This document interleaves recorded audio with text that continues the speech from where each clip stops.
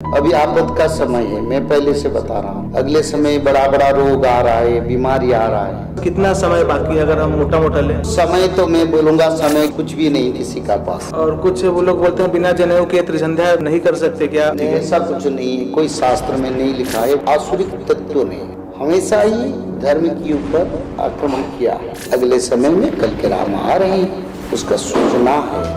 मालिका वचन चैनल में आपका स्वागत है। जैसा कि मालिका का प्रचार कर रहे हैं, जिसमें त्रिसंध्या का प्रचार कर रहे हैं, तो आप लोग में से बहुत लोगों का क्वेश्चन था कि त्रिसंध्या से संबंधित और युग परिवर्तन से, तो आपने पूछा कि पंडित जी से बात हो सकती है क्या? तो लाइव में आपका कहना था, लाइव में भी आपकी बात नहीं हो पा रही है, तो हमने सोचा एक सुयोग मिला है पंडित जी से बात करने का, तो डायरेक्ट उनसे ही पूछ लेते हैं कि क्या क्वेश्चन के क्या आंसर होंगे। सबसे पहले पंडित जी को अनंत कोटि बार प्रणाम। पंडित ये पंडित जी, जब भी सोशल मीडिया में प्रचार होने लगा है सब चीज़ों का, तो इसमें मैं देख रहा हूँ यूथ लोग जो स्कूल और कॉलेज के हैं बहुत ज़्यादा इंटरेस्टेड हो रहे हैं इसमें, और सबको बोल रहे हैं किसी का डिप्रेशन चला गया, किसी की एंजाइटी चली गई। लेकिन उनका कुछ लोगों का कहना है कि कुछ लोग पहले लिप्त थे दारू शराब मांस में, तो उनका गिल्ट उनको रहता है कि क्या यही सब चीज़ मैं करके अब त्रिसंध्या करूँगा तो अब हमारी सुरक्षा होगी। बहुत अच्छा प्रश्न है। देखो बाबा, जब विभीषण ने भगवान राम के पास आया शरण में, तब सुग्रीव जी ने बताया, बोले प्रभु ये तो असुर है, कितना जीव हत्या पाप करके आया है और इसको कैसे क्षमा मिलेगा?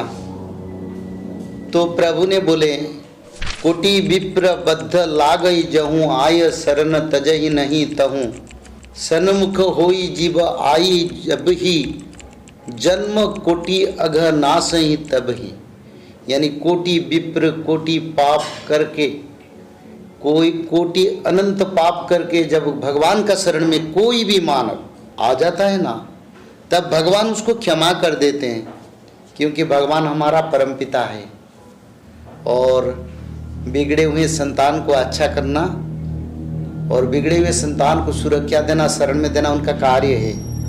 हाँ, प्रभु के बच्चे लोग आए हैं, संग दुष्ट से कहीं माछ मछली मदिरा खाएं, फिर आए, आप त्रिकाल संध्या करेंगे तो उनका पाप भगवान धो देंगे, फिर उनको अपना लेंगे, फिर उनको आर्य बनाएंगे और सनातनी बनाएंगे और मुक्ति भी दे सकते हैं, इसमें कोई संदेह नहीं है।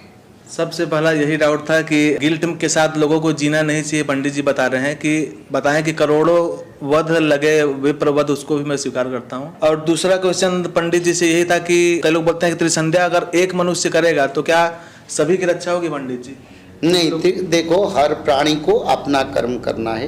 हर प्राणी के लिए, हर जीव के लिए आयु एक लिमिटेड पीरियड है, तो उसी जीव दशा इसको कहते हैं। यानी जीवन का जन्म से मृत्यु तक जीव दशा, और इसमें पुरुषार्थ, यानी एक जीव से जो कर्म होता है उसको पुरुषार्थ कहते हैं। तो ऐसे पुरुषार्थ एक एक प्राणी का कर्म एक के प्राणी को ही जाता है। हाँ, कहीं अगर कोई जोर से मंत्र उच्चारण करके एक घर पर या कोई परिवेश में कुछ मानव को सुनाता है, उसका तत्व भी सुनने से मानव लोगों को उद्धार मिलता है, पर पूरा नहीं, कुछ परसेंट उनको धर्म प्राप्ति होता है। और जिस घर में त्रिकाल संध्या होता है उस घर में पितृदोष नाश हो जाता है। ये भागवत में इसका रचना है। और अगर कुछ लोग एस्केप निकालते हैं कि अगर तीनों टाइम शॉर्ट त्रिसंध्या ही करें तो चलेगा क्या? ऐसा देखो, जब आपद आता है तब मानव को कर्म जरूरी होता है।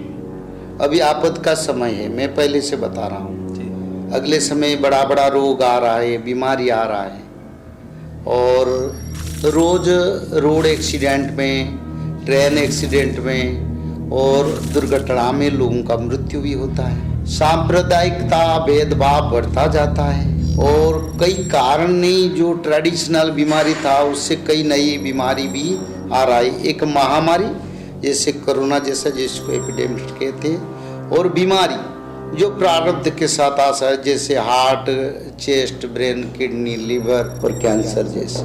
तो ये सब बीमारी जब आता है ना, तो मानव लोगों को धर्म की ओर आना जरूरी है और त्रिकाल संध्या करना जरूरी है और माधव नाम भागवत जी पढ़ना जरूरी है। क्योंकि जैसे भोजन है ना, ये भोजन की तरह काम करेगा। भोजन जैसे शरीर को रखा है, पर भोजन का नियंत्रण में नहीं है शरीर को रोग से मुक्त करे, पर ये जो भोजन है ये अमृत है, ये जहर आपद से मानव को धार करके मानव जीवन को सुरक्षा और मुक्ति तक मानव को ले जाता है। अपना एक्सपीरियंस बताते हैं कि यूट्यूब में जो इंस्टाग्राम में प्रचार कर रहे हैं उसमें कैमरा के पीछे एक पर्सन बैठे हैं, उन्होंने भी सोशल मीडिया से ही जान के त्रिसंध्या शुरू की और जैसे हमको मिला 3-4 महीने में अनुभव, उनको 15 दिन में अनुभव मिल गया। तो इससे बहुत एक रिवॉल्यूशन हो रहा है, न्यू एज रिवॉल्यूशन टाइप के लोगों में चेंज हो रहा है। लेकिन बस यही कंसर्न है पंडित जी, कुछ लोग का ये भी कहना है कि हमारे पास कितना समय बाकी है, अगर हम मोटा मोटा लें क्योंकि समय देखो समय तो मैं बोलूँगा समय कुछ भी नहीं किसी का पास, क्योंकि एक श्वास प्रश्वास से किसी का मृत्यु हो सकता है। घर को बाहर गए 50-100 किलोमीटर, कोई बाइक में कोई गाड़ी में आते आते क्या हो जाएगा किसी को पता नहीं, क्योंकि मृत्यु का कोई बोल नहीं सकता, ना जन्म का ना मृत्यु का। तो इसलिए बेड़हूँ गोविंद समरो बालक के मोरो बोलो करो। प्रहलाद जी ने बताया, हे असुरों वाल, अब समय है बचपन की उम्र में भगवान की शरण में जाओ और तब तुमको मुक्ति मिल जाएगा। तो जो भी नौजवानों हैं, जो बूढ़े हो गए, बुजुर्गों हो गए, जो सीनियर बेड रीडिंग है, सब के लिए समय अभी है, काल नहीं है। तो अभी का समय को माने, उपयोग करे धर्म में, त्रिकाल संध्या में, उसमें उनका ही सबसे बड़ा कृपा और सबसे बड़ा आशीर्वाद मिलेगा भगवान का। कुछ लोग का पंडित जी कहना है कि जब सब चीज़ नष्ट ही हो जाएगा तो हम पढ़ाई करें कि नहीं, कंपटीशन में तैयारी करें कि नहीं, विदेश में कुछ रह रहे हैं कि हम अभी लौट जाएं क्या, तो विवाह करें कि नहीं, विवाह किए तो फैमिली प्लानिंग करें कि नहीं। देखो समय को किसी ने नहीं जाना, मैंने पहले से बताया जी। और जो कर्म करे, जैसे बच्चे लोग कह रहे हैं हम एजुकेशन का प्रिपरेशन हो रहे हैं, इंटरव्यू देंगे, कहीं हमारा HSC है, कहीं किसी का ऑल इंडिया लेवल एग्ज़ाम है, UPSC का, जो भी हो। जैसे भोजन करते हैं रोज, भोजन तो छूटते नहीं जी। भोजन, जैसे भोजन की साथ साथ ये उम्र के साथ जो कर्म है उसको भी कैसे छोड़ेंगे। तो कर्म कोई नहीं छोड़ेगा, कर्म सभी करेंगे, जब तक दुनिया है सभी कर्म करेंगे। हाँ, जब फल होगा उसी समय सभी को प्राप्त होगा, हमको प्राप्त होगा जी। तो इसीलिए आगे क्या होगा किसी ने नहीं देखा है। और दूसरा एजुकेशन का बात जो करते हो, मैं तो यही कहूँगा अंगूठी छाप भी करोड़पति बनते हैं और सबसे टैलेंट भारत की स्टूडेंट आज दुनिया में रास्ता में बैठे हैं। तो भगवान रास्ता दिखाते हैं, रास्ता बनाते हैं। भगवान का शरण में जाओ, कर्म भी करो और समय के साथ एजुकेशन जो नहीं दोगा ये देगा, क्योंकि नौकर को राजा बनाते हैं और राजा को भी नौकर बनाते हैं। लोग बोलते हैं हम पढ़ाई करके डॉक्टर बनेंगे, जीवन सारा एग्जाम देते देते देते फिर डॉक्टर नहीं बन पाते हैं। पर कुछ नहीं, कोई ट्रेनिंग नहीं, कोई इंस्टीट्यूशन में जाके उन्होंने कोचिंग नहीं लिया, एक बार में मेडिकल प्राप्त हो जाता है जी। तो सबसे पीछे सबसे आगे और सबको बनाने वाला वही भगवान है। और भगवान तत्व में रहें तो उनका जो इच्छा है ना वो इच्छा पूर्ण होगा।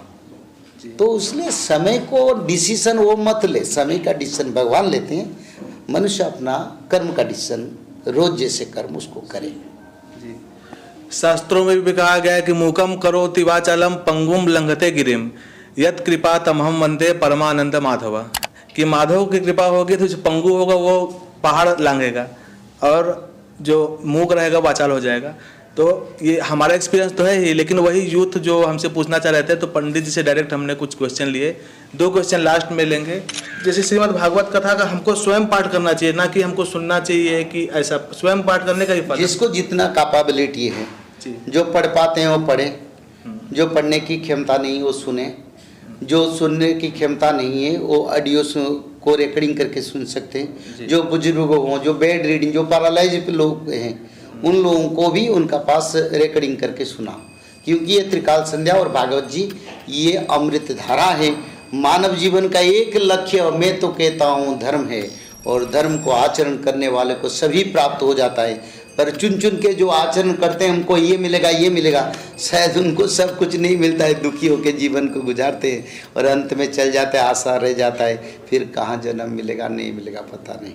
पंडित जी एक बार आपने बता दीजिए त्रिसंध्या, शॉर्ट त्रिसंध्या का एक नियम। त्रिकाल संध्या एक ब्राह्मी मुहूर्त पर होता है 3:45 में से सुबह सूर्य उदय तक, और दूसरा संध्या मध्याह्न संध्या, सूर्यदेव जब मध्याह्नगत होते हैं उस समय 11:30 से 12:30 तक मध्याह्न संध्या होता है। और तीसरा संध्या सायं संध्या, जिस समय सूर्यदेव जिस समय अस्त होते हैं आधा घंटे पहले आधा घंटे बाद त्रिसंध्या होता है। उसी त्रिसंध्या में माधव नाम 108 बार, दुर्गा माधव स्तुति और भगवान महाविष्णु के 16 नाम इसको भजन होता है। और भगवान महाविष्णु के मुख्य धर्म संस्थापना के 10 अवतार, ये त्रिकाल संध्या की तत्व है। और जो लोग का पास समय कम है वो समय जब मिलता है करें, जब समय नहीं है तो उसी समय 60 से यानी त्रिकाल संध्या को 2 मिनट 2.5 मिनट में कंप्लीट कर सकते हैं। खाड़े खाड़े चलते चलते गाड़ी में बैठे, कहीं भी बाथरूम में बैठे, कहीं भी उसको कर सकते हैं, उसमें कोई दोष नहीं लगेगा। इसमें सिर्फ दुर्गा माधव का नाम 36 बार और भगवान महाविष्णु के 16 नाम, 10 अवतार प्रभु के शुल्क के बदले सिर्फ नाम मत्स्य कच्छप बराह नृसिंह वामन परशुराम राम बलराम श्री बुद्ध कल्कि और 108 बार माधव नाम भजन करें, बस 2-2.5 मिनट में हो जाएगा।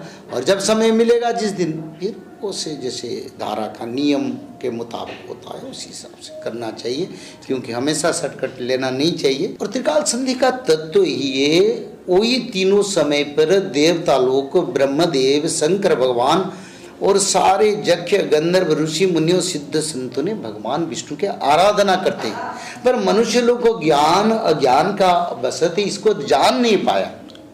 तो अब समय माधव का कृपा मिला है त्रिकाल संध्या का। उस त्रिकाल संध्या जैसे देवता लोग स्वर्ग लोक में करते हैं, यज्ञ गंधर्व लोग यज्ञ गंधर्व लोग, सूर्य लोक में करते हैं, वैकुंठ में वैकुंठवासी करते हैं, ऐसे ब्रह्मदेव लोक में ब्रह्मदेव करते, शंकर भगवान रुद्र लोक में करते हैं, ऐसे मानव लोग मर्त्य लोक जहाँ मृत्यु होता है वहीं पर त्रिकाल संध्या करके मृत्यु को जय करके फिर अमर शरीर प्राप्त कर सकते हैं। जी पंडित जी, अभी हम अनंत युग में जी रहे हैं, इसका सब उद्धारक नाम, एक नाम कौन सा जिसके शरण में जाएं? माधव के सिवा और कोई चारा नहीं, माधव के सिवा कोई रास्ता ही नहीं, माधव के सिवा और कोई नाम भी नहीं है। बस माधव नाम भजन करो, यानी माधव नाम कली कलम से उद्धार के लिए भगवान ने द्वापर युग से रख लिए थे, आप उसका प्रचार हो रहा है। और कुछ वो लोग बोलते हैं बिना जनेऊ के त्रिसंध्या नहीं कर सकते क्या, और स्त्रियां गायत्री मंत्र नहीं पढ़ सकती? ऐसा कुछ नहीं है, कोई शास्त्र में नहीं लिखा है बिना जनेऊ के त्रिकाल संध्या ना करना। त्रिकाल संध्या में कोई पूजा जप तप नहीं है, इसमें मंत्र है और कलियुग में तो मंत्र और नाम भजन करने की युग है, इसमें क्या जरूरी है। हाँ, ब्राह्मण लोग को मंदिर में पूजा करने के लिए जनेऊ जरूरी है और मंदिर में यज्ञ हवन अनुष्ठान करने के लिए उनको जनेऊ जरूरी है। यहाँ कोई हवन नहीं होता है, यहाँ कोई प्रतिमा किसी मंदिर में पूजा नहीं होता है, यहाँ तो भगवान का भजन होता है और भजन से तो कलियुग का मानव का उद्धार है। और ये तो भगवान ने शुल्क शास्त्र में बताए, कलो तत् हरि कीर्तनात्, तो कलियुग में हरि कीर्तन करेंगे। हरि कीर्तन यानी महाविष्णु के कीर्तन करेंगे, इसमें क्या पाबंदी है? कुछ ऐसा नियम नहीं है। अंतिम प्रश्न पंडित जी, यूथ के बारे में क्या कहेंगे जो अभी 12 से लेके अभी 30 साल तक के जो हैं वो धर्म की ओर आ रहे हैं? यही आप एक बार बोले थे कि जब श्री राम जी का स्थापना हो गई थी उसके बाद से सतयुग की शुरुआत हो गई, तो आप उनको क्या सजेशन देना चाहेंगे लास्ट? देखो, सत्ययुग की शुरुआत कब से हो गया? भगवान राम लाले के प्रभु के जो प्रतिमा का पुनर्प्रतिष्ठा किया गया जी। पहले से तो था असुरों ने और समय के साथ यानी आसुरिक तत्वों ने हमेशा ही धर्म के ऊपर अपना अंकुश डाला है, आक्रमण किया है। पर उस आक्रमण कब होता है? न जब घोर कली होता है। अब सत्ययुग का आगमन हो रहा है, इसलिए फिर वो जो काला अंधकार टूट जाता है, फिर धर्म का प्रकाश होता है। और भगवान राम लाला बैठे हैं और बैठे हैं तो इसीलिए बैठे अगले समय में कल के राम आ रहे हैं, उसका सूचना है और सारा विश्व में फिर कल के राम नाम प्रचार होगा, सारे मानव का उद्धार होगा। जो लोग भी चाहे, कोई भी धर्म कोई भी मजहब लोग, अगर वही त्रिकाल संध्या माधव नाम दुर्गा माधव स्तुति और भागवत जी पढ़ेंगे, वो भी सत्य युग को जाएंगे, अनंत युग में रहेंगे। भगवान की कृपा प्राप्त करके मनुष्य को तो सुख शांति जरूरत है ना, उससे कहीं अच्छा मिलेगा।